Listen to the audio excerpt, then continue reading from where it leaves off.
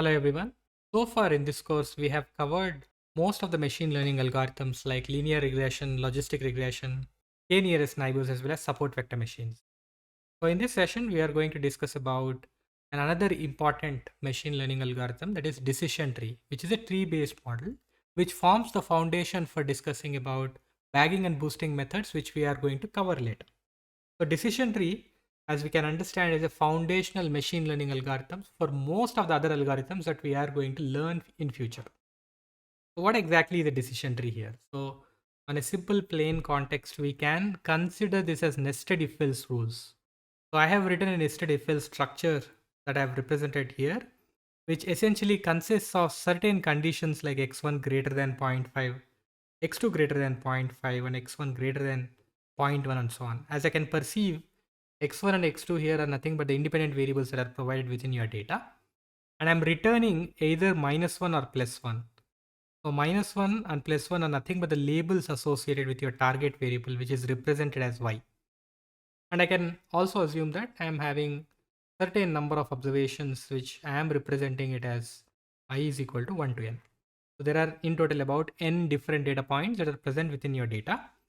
So based upon this training data that you are having, you devise these nested if else statements, or you devise these so-called rules.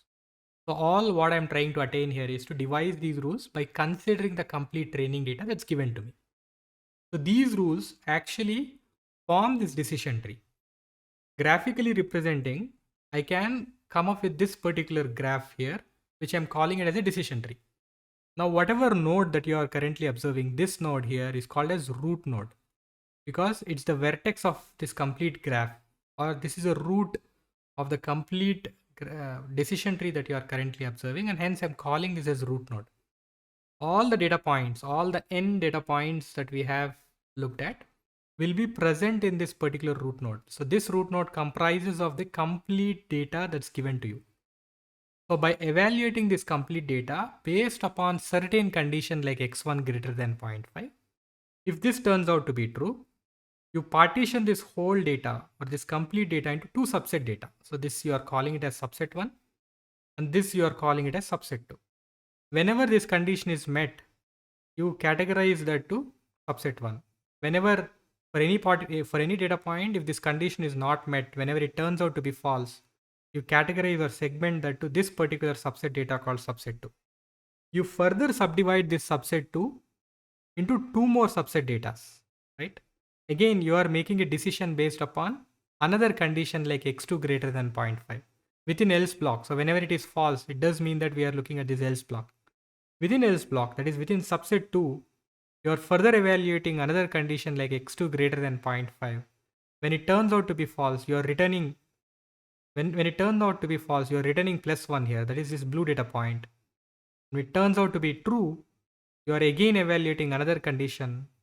Ultimately, you arrive at +1 and -1 in these two different subset data, which actually are carved from this existing condition like x1 greater than 0.1. So this is the whole logic that we can imply from this existing decision tree diagram here. So +1 does indicate that it's a blue data point. That's a positive data point, and -1 does indicate that it's a negative data point, which is color coded with red here. Okay. So all what we are not able to understand at the moment is how did we come up with these conditions? So how did we arrive at this condition? Why do we need to always check for x1 greater than 0.5? And why not x1 greater than 0.9? And why do we need to have this x1 in the first place in this root node? You still can go about having x2 or x3 or whatever it is. Since you are only given with two different independent variables x1 and x2, you can only consider either x1 or x2 to be evaluated in its root node. So what are the criteria that we are going to consider for us to consider any specific independent variable at its root node? So that's what we are going to discuss in our later sessions. But in this session, we are just trying to gain certain geometric interpretation of how a decision tree can be represented and what exactly is a decision tree on a more fundamental level. Okay. On the right hand side, as you can observe, this is a two-dimensional coordinate space. Since we are only having x1 and x2, these two different variables that are represented within your data, you essentially have x1 and x2 represented here in this space. And now based upon this condition x1 greater than 0.5. So I am considering this x1 greater than 0.5. I'm drawing a hyperplane. So I'm just coming up with this hyperplane at x1 is equal to 0.5. At x1 is equal to 0.5 or x1 greater than 0.5 does represent all of this area. All of this area does indicate that x1 is greater than 0.5. All these data points, as you can observe in this particular segment, the right of this hyperplane that we have come up with. Let me call this hyperplane as pi1. To the right of hyperplane pi1, you are observing all the data points are negative data points. And hence I have color coded this node as negative, or I have color coded it to be red color here. In fact, I have returned -1 whenever any data point is having an x1 value greater than 0.5. Tomorrow, if there is any query point that comes up, like let's say xq is a new query point that comes up, which has a value of x1 as 0.9 and x2 as 0.2. You're obviously going to evaluate if x1 is greater than 0.5 or not at the very first. Since it's true, you're straight away going to assign a label of -1 as predicted y label or yi hat to this particular query point based upon the rules that you have devised from your existing training data. And that's how you need to interpret it. And whenever your x1 is less than, whenever your x1 is less than 0.5 or less than or equal to 0.5, we have further divided the data into multiple other subsets like x2 greater than 0.5. So let me draw another hyperplane here, which does indicate that x2 is greater than 0.5, which is this particular hyperplane. I also understand that whenever x2 is less than 0.5, that is this particular else block that you are currently observing, you are returning +1. Since all the data points that are present in this particular segment where x2 is less than 0.5, all of which are basically blue data points. So where x2 is less than 0.5, x2 is less than or equal to 0.5 and x1 is less than or equal to 0.5. All of these data points does belong to positive labels. So this is a pure segment that you are observing. There are none of the data points which are negative labels. And hence I'm returning +1 in this particular case. Right? I'm returning +1 in this particular case. Or even in this particular case. So x2 is greater than 0.5 and x1 is greater than 0.5. So x2 is going to be greater than 0.5. This is the case. And x1 is going to be less than 0.5. So x1 is less than 0.5 here. So that forms this particular hyperplane here, which is called as pi3. So pi3 is being defined by x1 less than 0.5, which is this particular path, right? And within this particular region, you are further evaluating x2, where x2 is greater than 0.5 and x2 is greater than 0.5. When it turns out to be false, we are going to return a positive one here, which is this one, is this particular segment that you are observing. When x2 is greater than 0.5, when it turns out to be true, you are further evaluating for x1 greater than 0.1, which is this particular hyperplane. If it is false, then you are color coding it with +1, since you are only observing one data point to be present within that segment, which again is positive label, and hence we are color coding this particular node, which I'm calling it as leaf node, as +1 here. So all the ultimate nodes that you are currently observing are nothing but your leaf nodes. The node that is at the root of this particular decision tree, or this tree, is called as root node. The intermediary nodes, this node and this node here, these are intermediary nodes where we can call them as decision nodes because you are further looking at taking decisions based upon certain conditions here. I believe you have well versed with all of these terminologies. What exactly is root node? What is decision nodes? And what is a leaf node here? All what we are trying to do here is we are trying to color code each of these leaf nodes to be +1 or -1 depending on purity within its segment or group. So this is one such segment that we have evaluated, which is this particular segment. Since we found that all of the data points present within this particular segment are of -1, so we have color coded with this -1. We have also evaluated this particular segment where x1 is less than 0.5 when it is false, right? Whenever this condition turns out to be false. You're also looking at x2 greater than 0.5. When this turns out to be true, You're again evaluating x1 greater than 0.1 when this turns out to be false. That is this particular segment, you're color coding with +1. And this segment here, you're color coding with +1. Since you know that x2 is not greater than 0.5, so this falls in this particular region here. So this is how you have come up with these axis parallel hyperplanes.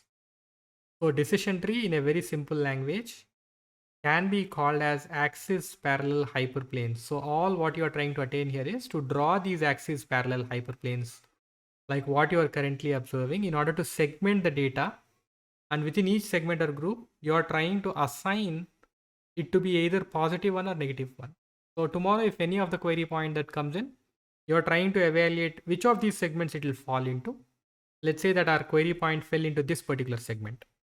Since majority class label within this segment turns out to be +1, you are assigning a predicted label of +1 to this particular query point. So this is the whole exercise that you conduct when you try to predict the class label for a particular new data point, a new query point that comes in. Okay, cool.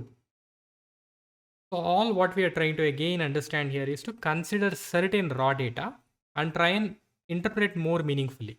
Try and interpret the decision tree more meaningfully. So here we are having 16 different observations. So the n value here is going to be 16. And there are 4 different independent variables, which are age, income, credit rating, and credit card. This is your y variable. Your y variable is going to be a binary label, which is going to be 1 or 0, depending on the category that it has, whether it's yes or no. We are going to assess the loan applications provided by different customers for a particular retail bank and try and understand if that particular customer is going to be a good customer or bad customer. So your yi is going to be either good or bad. So good customer is the customer who does not default the loan. It doesn't default. So loan default in this particular case will be no. Loan default will be yes in case of a bad customer.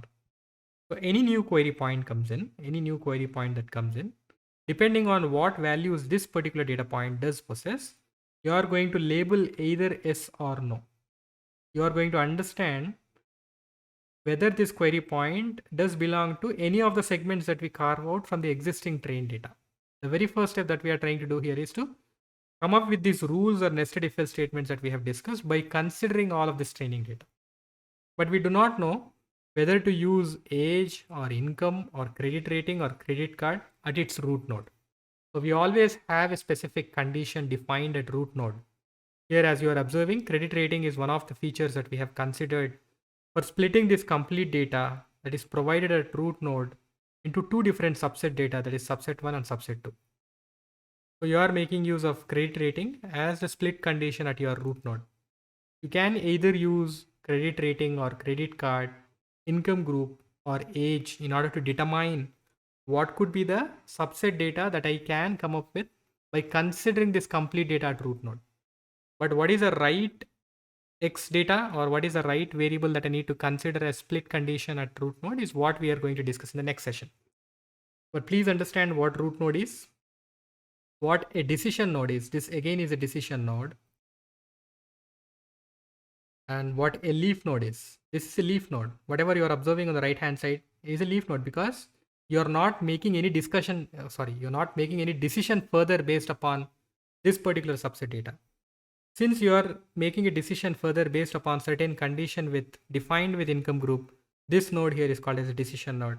These ultimate nodes here are called as leaf nodes. So this is leaf node 1, this is leaf node 2, and this is leaf node 3. All what we are trying to look at here is to try and assess the purity that's defined within each leaf node, the homogeneity of the data that's defined within each leaf node. So this is the purest node. Leaf node 3 is the purest node. All the data points, that is 100% of all observations that fall within this particular leaf node does belong to positive label, and hence any query point that follows this particular path here, we are labeling it as +1.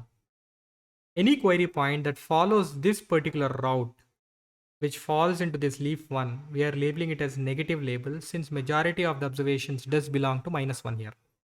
Whichever takes this route where income group is medium and where credit rating is equal to good, then we are labeling it as +1 since majority of the observations, like 2 by 3, 0.66 of the observations does belong to positive label here. Okay, so this is the whole idea behind decision trees. So in the next session, what we are trying to do here is we are trying to understand how we determine the split condition.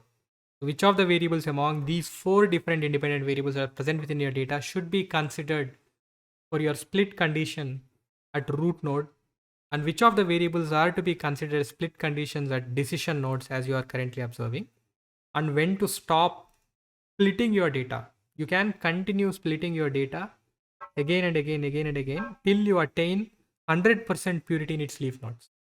So what are the stopping criteria that we need to discuss, or what are the stopping criteria that we need to implement for us not to create an overly complex decision tree, but however create an optimal decision tree which might generalize well on any other test unseen data. Okay, so that's all in this particular session, and thanks for watching.